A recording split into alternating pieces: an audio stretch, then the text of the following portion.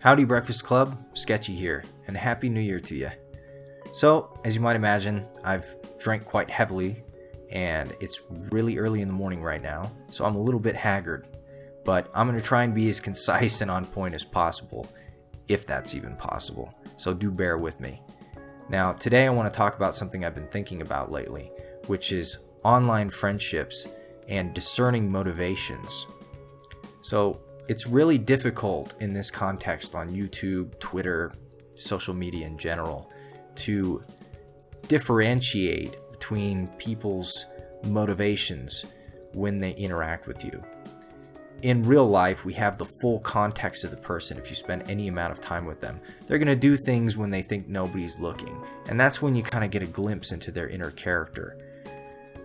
Now, online, that's much more difficult, because you really have the opportunity to put forward only certain aspects of yourself. Whether or not you do, that's a different matter, but the observer really doesn't get the opportunity to see otherwise. They kind of have to take your word for it. Typically, we get one of two types of interaction when we put a video up or a comment or something like that. That's either praise or criticism.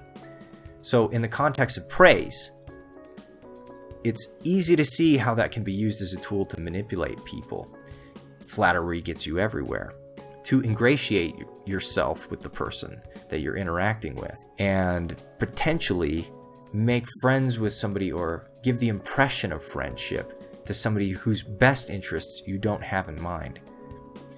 On the other hand, it can be a critical tool of encouragement to help build somebody up at the moment when they really need it.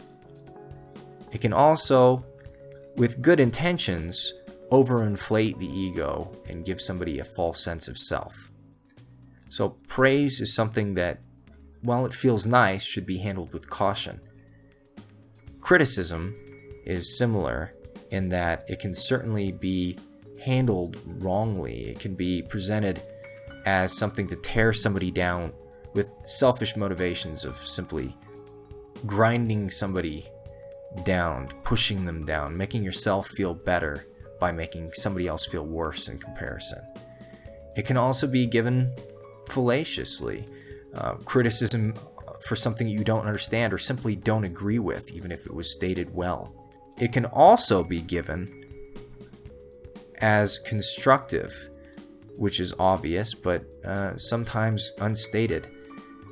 That constructive criticism, to me, is more valuable than praise. So that tells you you are doing well, but you can do better. I believe in the core of your character that you can improve even more than you are now and continue to improve. So while it's difficult to discern the motivations when people interact with you, I think it's extremely necessary, because there are people that have their own agendas in mind. Whether they realize it or not is a different matter, whether their intention is malicious. If they truly have your best interest in mind, they will give both praise and criticism at the correct times when you need it. And if somebody only gives you praise or only gives you criticism, you should be especially cautious. Somebody who's afraid to criticize you is not your friend. I'm going to tell you a quick story to tie this together. There was a girl I knew when I suppose I was in my late teens or early 20s, and her name was Kathy. So Kathy was a nice girl. Unfortunately, she liked to sing. And I say unfortunately because she had absolutely no talent. Now, her friends and her relatives told her, "You have such a lovely singing voice. Oh yes, it's just beautiful." And they essentially bullshitted her. Now, she asked me and kind of put me in the corner and said, "Hey, I didn't hear you say anything about my singing ability. What do you think?" I said, "Kathy, do you really want to know?" She said, "Yeah, I really want to know."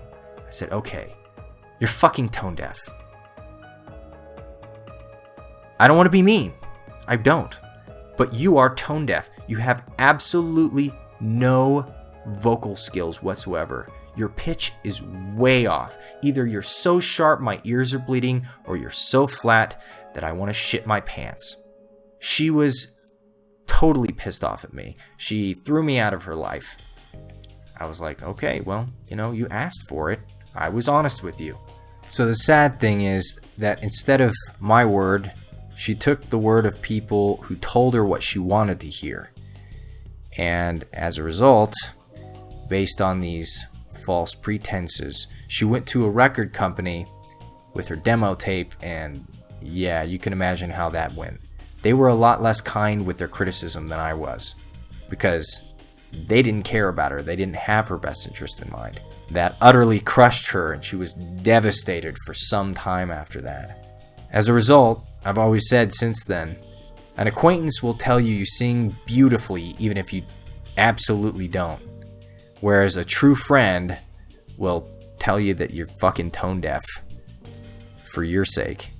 To me, gathering acquaintances in this life is just like finding pennies and collecting them over a long period of time. Even if you have a lot of them, there's really not a lot of value there.